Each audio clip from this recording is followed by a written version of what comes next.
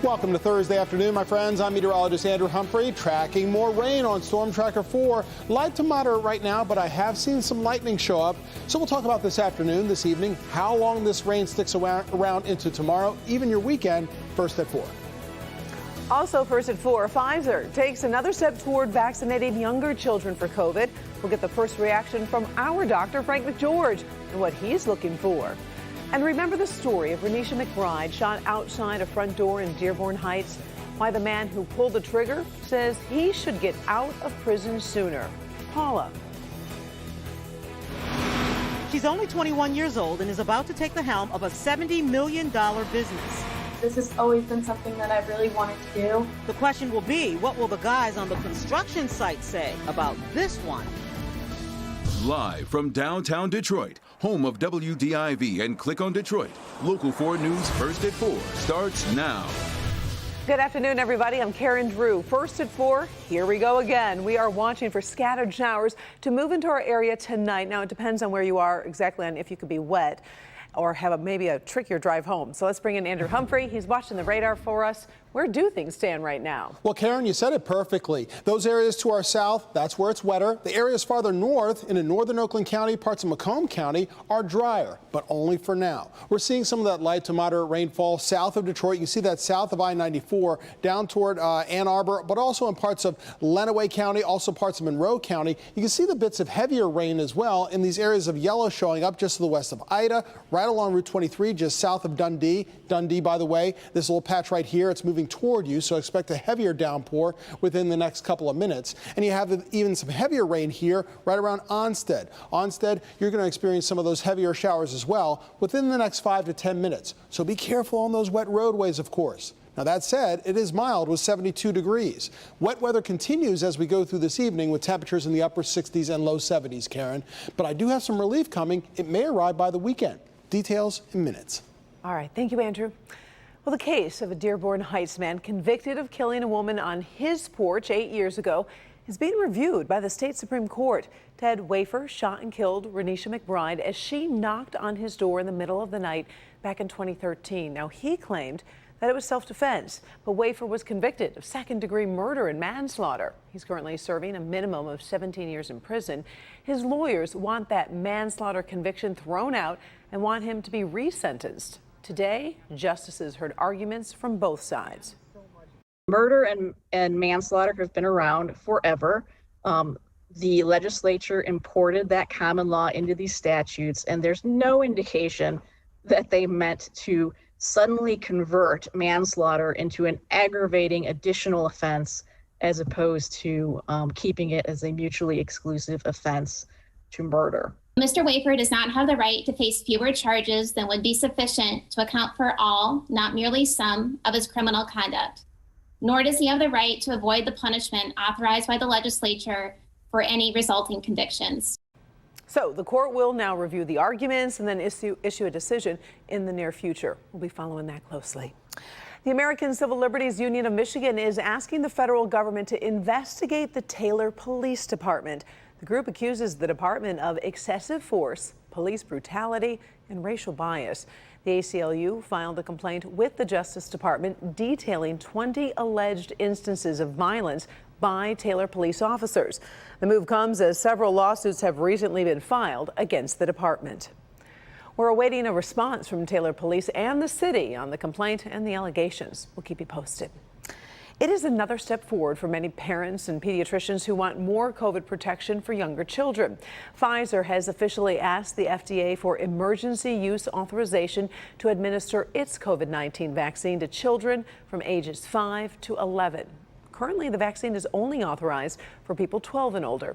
Pfizer says the dosage for younger children would be 1/3 of what's currently given to everyone else.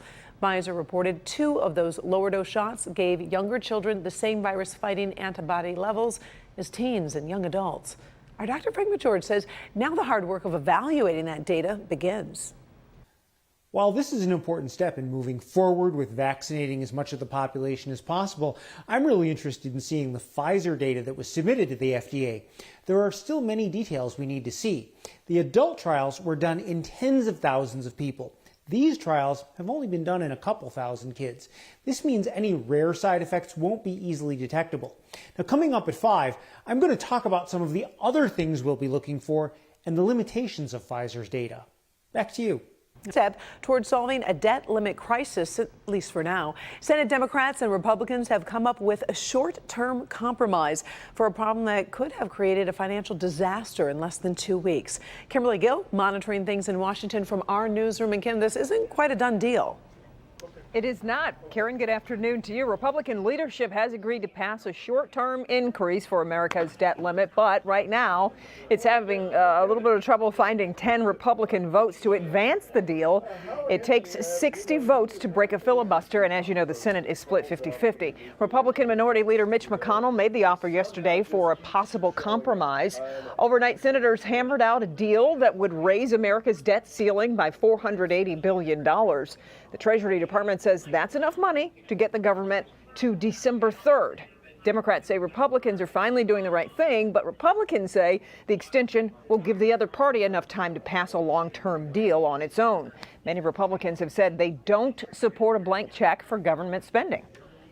We have reached agreement to extend the debt ceiling through early December, and it's our hope that we can get this done as soon as today. The pathway our Democratic colleagues have accepted will spare the American people any near-term crisis while definitively resolving the majority's excuse that they lacked time to address the debt limit through the 304 reconciliation process. Now there'll be no question they'll have plenty of time. Right now, it's not clear when or if a vote will happen. Republicans need to find those 10 votes that I mentioned. The U.S. government could start defaulting on its bill by October 18th. So, Karen, we'll have an update coming up on the news tonight at 5. Until then, we'll send it back to you. All right. Thank you, Kim. Sure. Well, now, the story of a local family business, a new transition, and a big dose of girl power. The current owner is getting ready to pass the torch to the next generation. Our Paula Tutman tells us about a father's confidence in his daughter in a business often dominated by men. It will be no small feat to pull off the filling of the big shoes of veteran construction man Steve Palermo of LaSalle Construction. A company that started with Steve and one other man has grown into a business in 24 states with somewhere around 150 employees, pulling in between $70 to $100 million in revenue annually, depending on which recession or which pandemic the company is weathering.